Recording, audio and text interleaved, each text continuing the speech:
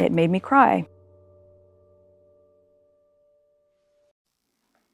This one's wife. Harry gave all, she took it all. Hello. I'm H.G. Tudor. If The Narcissist was a film, the tagline would probably be, "Nobody leaves without paying." The reason being that no matter what the nature of the dynamic between the narcissist and the victim invariably ends up offering something up, giving something up to the narcissist, and the narcissist takes. This is particularly prevalent in relation to the dynamic that takes place between the narcissist and the intimate partner primary source. The narcissist takes control of that individual. The narcissist draws fuel from that individual. The narcissist acquires character traits from that individual and, of course, residual benefits, which might be, for instance, having that individual run around for them, taking their money. It might be moving into their house, having a roof over their head. It might be taking their friends. And in the course of that dynamic, those who have been involved with a narcissist will attest to the fact that they gave of themselves again and again and again in order to try and make the matter work. They gave their love, they gave their time, they gave their energy, they gave their assets. And they found that over time, they gave up their relationships with other people. They saw friends and family far less than they once did. Indeed, certain of them may have been cut out of their lives altogether. Hobbies were not attended to in the same way that they once were. The relationship with even their own children can be affected by the presence of the narcissist. They may have stopped working to accommodate the needs of the narcissist, or their work was affected as a consequence of the tumultuous behaviour of the narcissist and the chaos that surrounded them, that they were always finding themselves distracted for worrying about their relationship, that they were having to come away from work early to deal with the latest crisis that the narcissist has created. The individual will find that they gave up money, gave up assets, gave up their time, gave up their energy, gave up their emotions, gave up their self-esteem and their confidence, all of which were taken by the narcissist.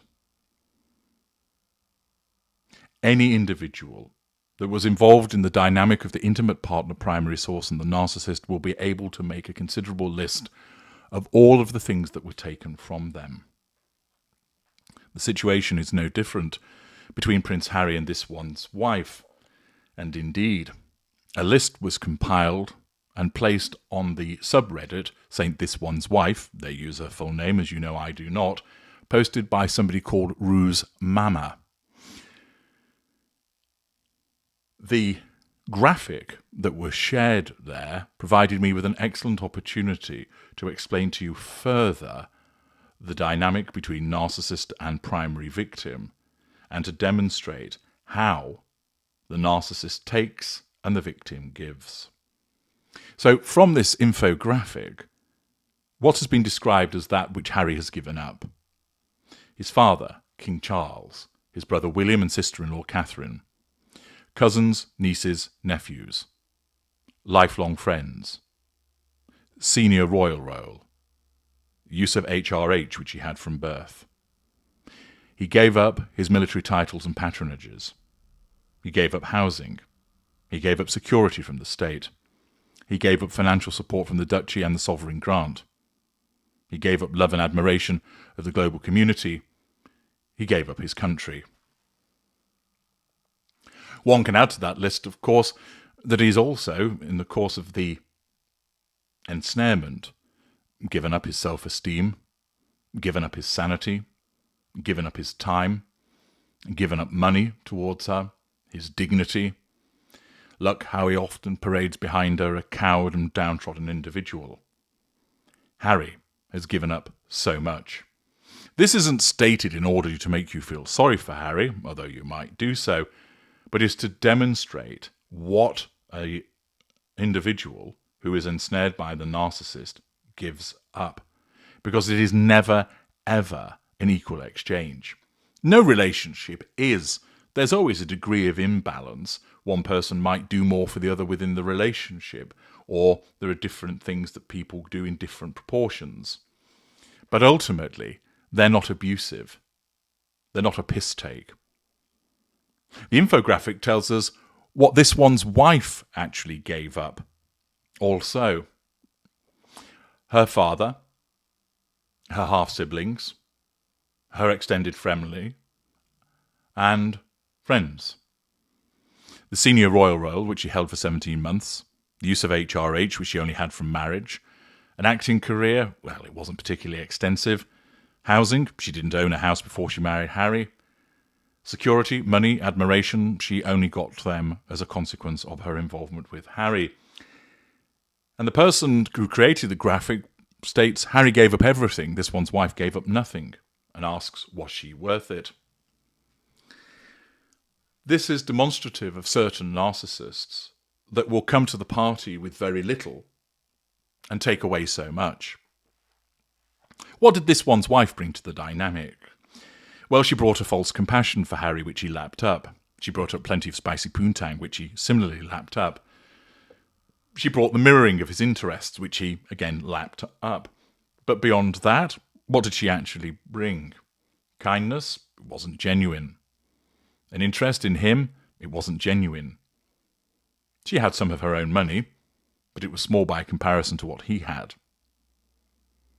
She was not particularly well known at all.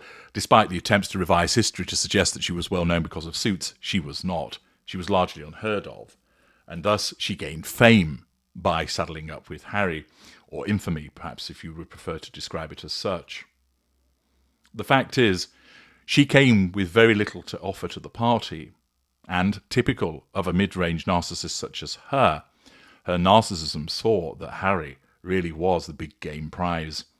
Not only was he easy to control, as a consequence of the utilization of exploiting his vulnerabilities, the utilization of false compassion, and particularly the lashings of spicy poontang, he's an emotional individual that would provide her with huge amounts of fuel. But most importantly to her also, there were plenty of character traits and residual benefits to obtain.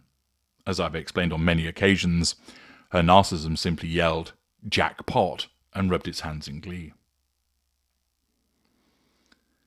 When the narcissist comes along, some narcissists, of course, are hugely successful. Thus, they won't take your money, they've got plenty themselves. They live in a huge house, therefore they don't need yours. They've got access to extensive networks, so they're not interested in yours. But that doesn't mean that the narcissist, even where they come with all of those trappings, won't take from you. Because the narcissist will take control of you. Take your time, your energy, your emotions, your self-dignity, your confidence, all of that will be absorbed. And some might even say that the narcissist takes your very soul. The fact is, the narcissist that is this one's wife came along and found Harry. She caused him to give up so much as a consequence of her manipulation of him. She brought very little to begin with, and she gained hugely as a consequence of ensnaring him. He didn't see it this way, of course. Blinded by his own emotional thinking and the benign manipulations that she wove around him, he was completely dumbstruck, or, perhaps to use another word, cunt-struck, in relation to her, so that he didn't see any of the red flags. He didn't know about many of them, and the few that were fluttering to him he simply ignored. He has given up so much.